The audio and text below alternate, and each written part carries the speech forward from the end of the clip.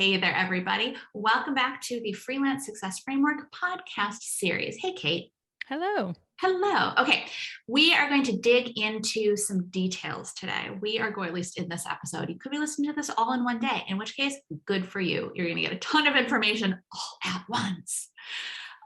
We are going to dig into some details when it comes to what separates the real pros from the not as pro, kind of the wannabes, I guess is one way to say it, but I don't want to sound quite so derogatory. Maybe just the people who would be successful, but are not having as much success with it. I feel like people that use the word freelancer that aren't actually, they're using it between jobs maybe, or just like throwing that word and they're not actually full-time freelancers. Yes, not approaching it with a system, which I guess would be number one. We talked in a previous episode about changing the ratio so that it's not you trying to pitch a job and competing with a bunch of other people, or trying to put together a proposal for a job and compete with a bunch of other people. But instead, it's you with any number of opportunities. And obviously, we go a lot more into exactly how to do this in the course and go through and give you examples and give you feedback and all that kind of thing.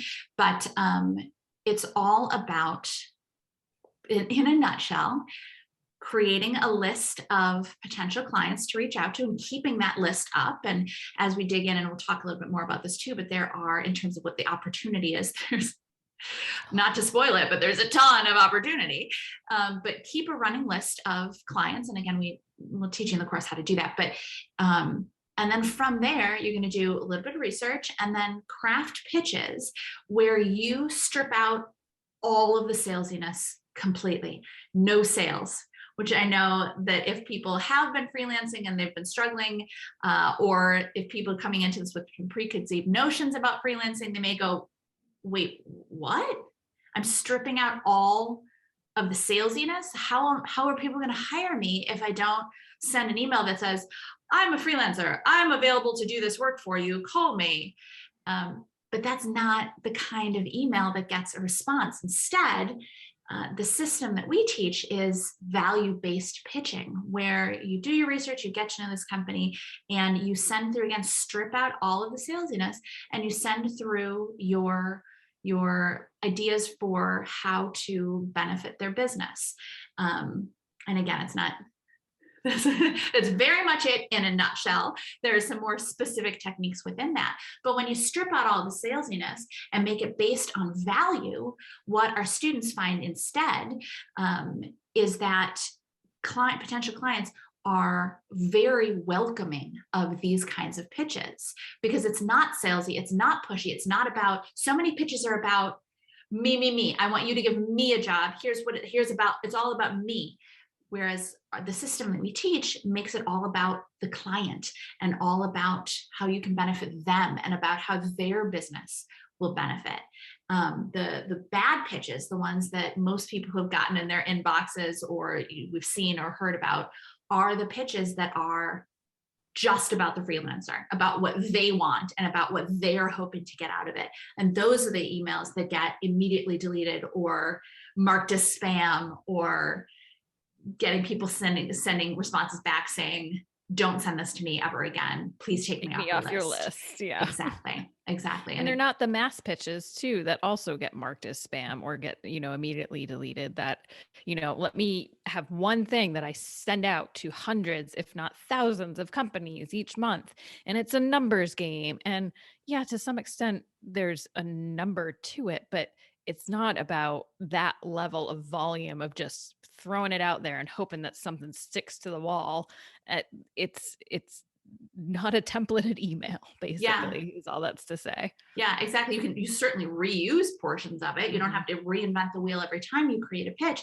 But yeah, it's not like, I've seen so many people have a template and they just switch out the greeting name and switch out, like, oh, hi, Nicki, I really enjoy your podcast, XYZ. And But I've also seen so many where they've switched out the wrong information or brackets that say insert podcast name here or something like that. But it's, if an email doesn't have any, so you want work from me, you're pitching me because you want work from me. But your template, because it's a mass template, makes it clear that you don't know anything about me. Why on earth would I hire you? You want me to hire you, but you haven't taken any time to actually get to know me, but you want me to give you money? Absolutely not. Absolutely not. And this whole idea of mass emails where you throw a bunch of stuff at a wall and see what sticks. Is that really the client you want? Do you think your top quality client is going to be the one who is so not savvy that they get a pitch like that in their inbox and is like, okay, I'll hire this person? The clients who respond to that are going to not be savvy. They're going to be difficult clients to work with. They're going to pay peanuts. So even you think, well, I'm saving so much time, I'm sending out these mass emails. First of all, you're not, because think of all of the potential clients that you're alienating by sending out, and I shouldn't say you, because you guys, listeners, would never do this, but your average would-be freelancer is alienating all of these potential clients by sending out this cruddy mass email that would never work for a quality client. And instead, they wonder why they're only getting work from these like subpar clients who don't know what they're doing and only want to pay peanuts. Like, yes, that is why we don't do mass emails. We don't do pushy salesy emails.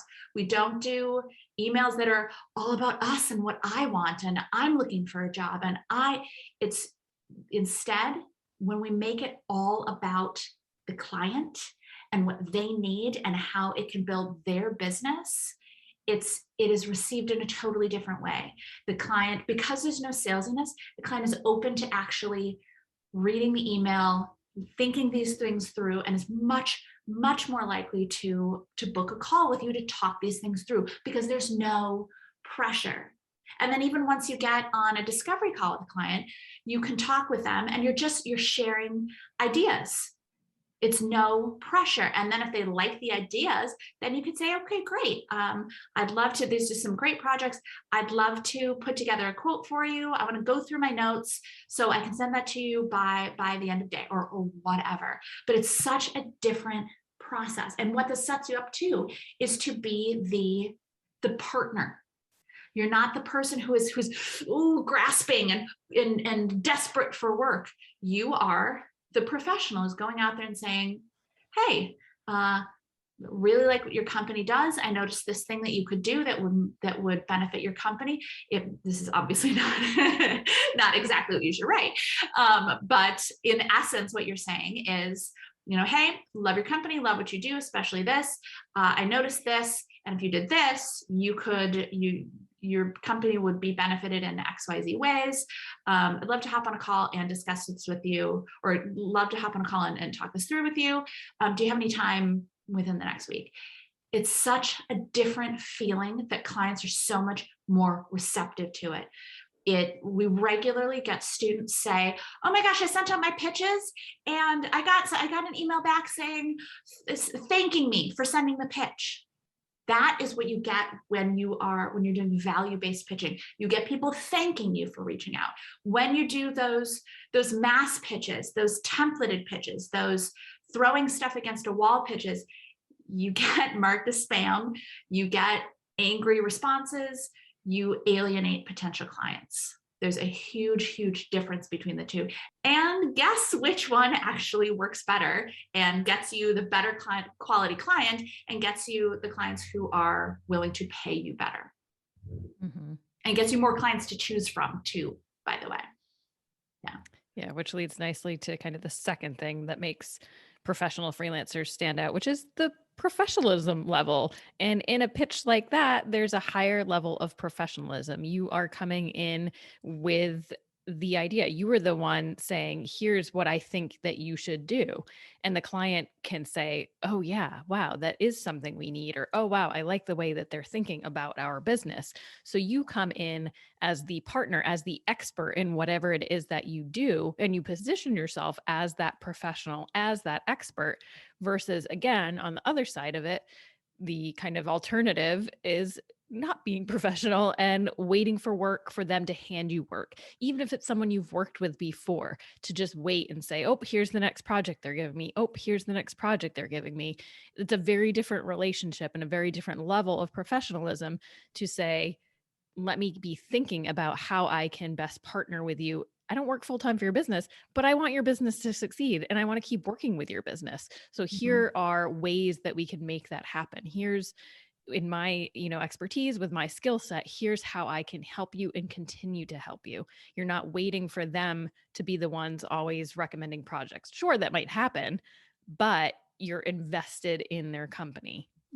Yeah. And it is so easy to be that higher level professional. It is so easy. And it doesn't take a lot of time, but there are so few people. So many freelancers make the mistake of being so focused on getting the work and, okay, now I've got the work, I'm just going to send it out and then I'm going to find the next job, that they end up doing a disservice to the clients they're working with by staying focused on themselves. As a freelancer, as we were saying, you are a partner. You are a partner in whatever this endeavor is. And when they give you a project, you are hiring you for work, you are taking that off their plate and you are taking care of it. You're getting it all done. You are checking in with them. If you have questions, you are reaching out to them to let them know about progress. If it's a month-long project, maybe you're reaching out in the middle of the month saying, hey, just want to check in, let you know things are going along perfectly. We're definitely on time to hit that deadline, which, just a little, got to mention very quickly, you're a freelancer. You can never not hit your deadlines. That's like the bare minimum of professionalism. You must hit your deadlines. I don't care what it takes. You've got to hit your deadlines. But taking that off their plate and making their lives easier will make your life so much easier in the long run as well. And again, it doesn't take much time to shoot an email at all.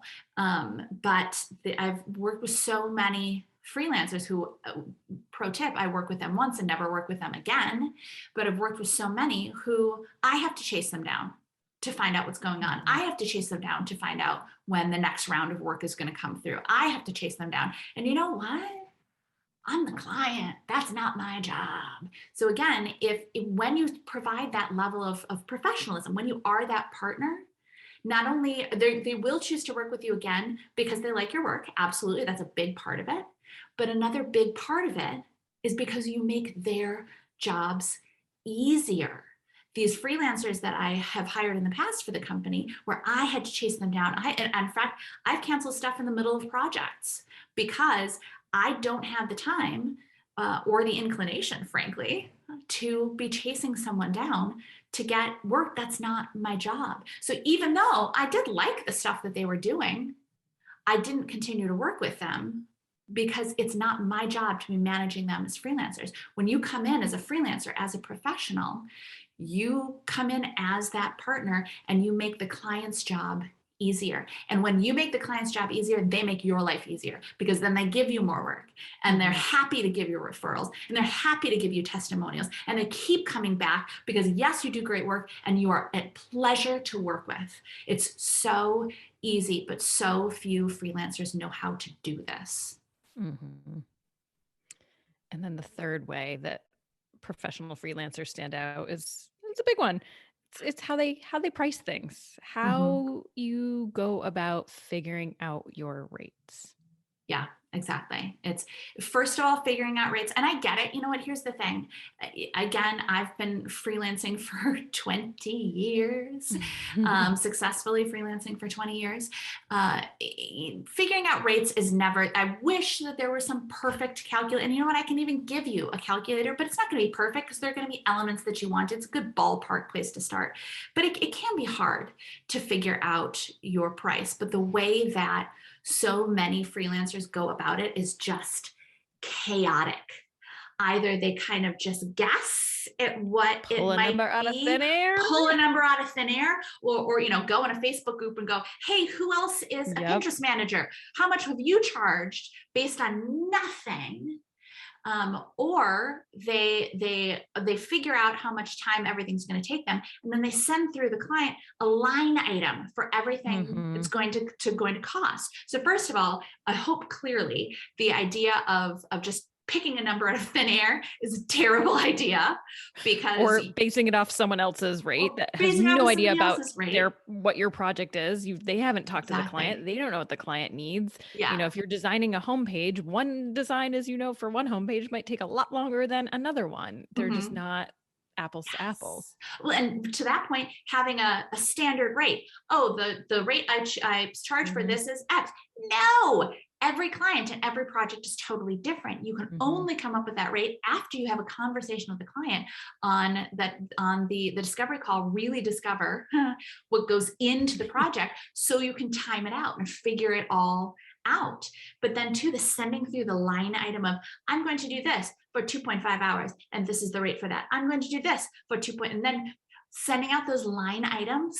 I will tell you, clients don't want, well, here's the thing. Clients want a lump sum. They want to know what they're going to get for a lump sum. What you get when you send through a line item is you get clients looking at the line item of your projects and then dissecting it. And if they don't want to pay that big price at the end, they're going to go back and go, so, it feels like 2.5 hours is going to be a little bit too long for you to research. Why don't we make that 1 hour? And you can say, no, it's going to take me 2.5 hours.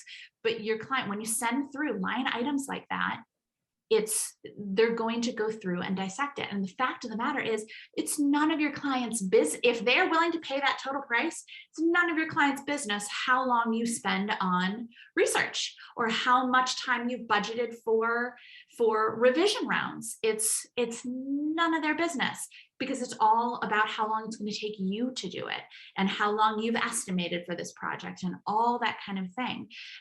All that a client really needs to know is what that main cost is and what they're going to get for that main cost. And yes, absolutely. I know some people are like, well, I can't just give them one cost, because what if there are a whole bunch of rounds of revisions? Well, yeah, I mean, there should be. I would factor in 2 rounds of revisions is pretty safe.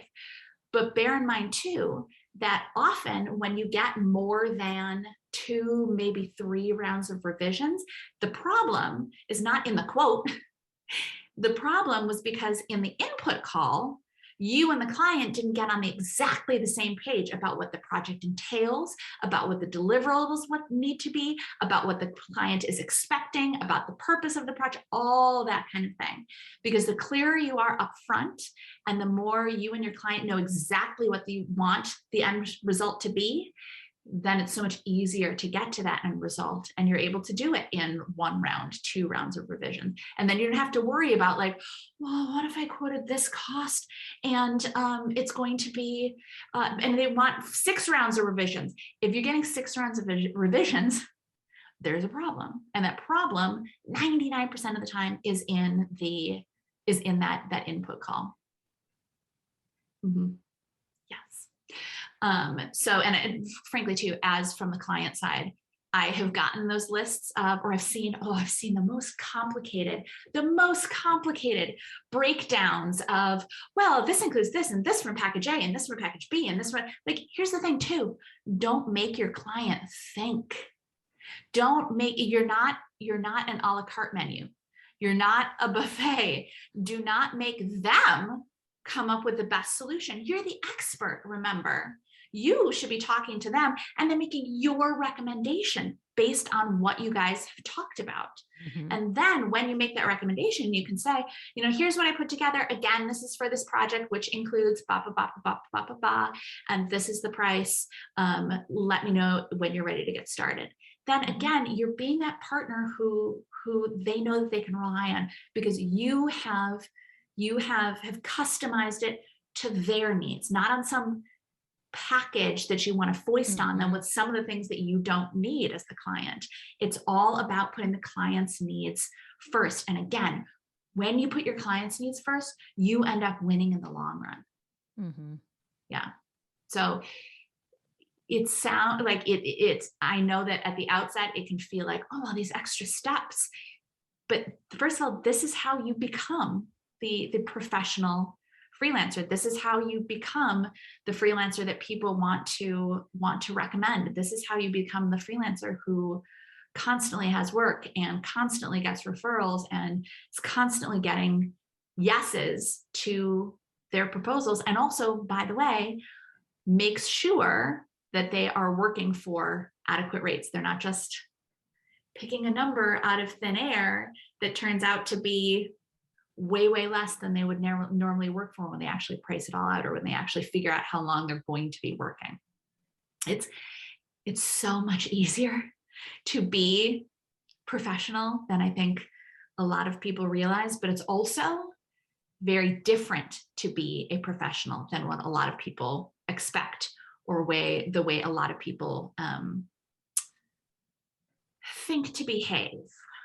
There's a little bit more involved, but it's also what sets you apart and what makes you the high earner.